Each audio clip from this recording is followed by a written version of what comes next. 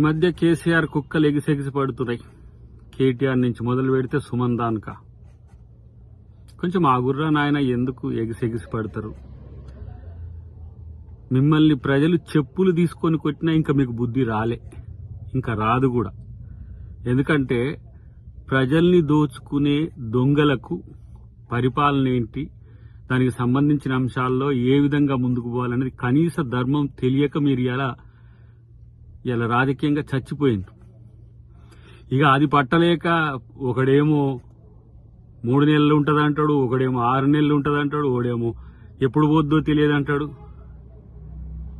ఇలా మీ కామెంట్స్కి రెచ్చిపోకపోవడం వెనుక ముఖ్యమంత్రి యొక్క వ్యూహం ఏందో, ప్రజల ముందు మిమ్మల్ని ముద్దాయిలుగా పెట్టాలని చేస్తున్న ప్రయత్నం ఏందో మీకు అర్థం కావట్లే.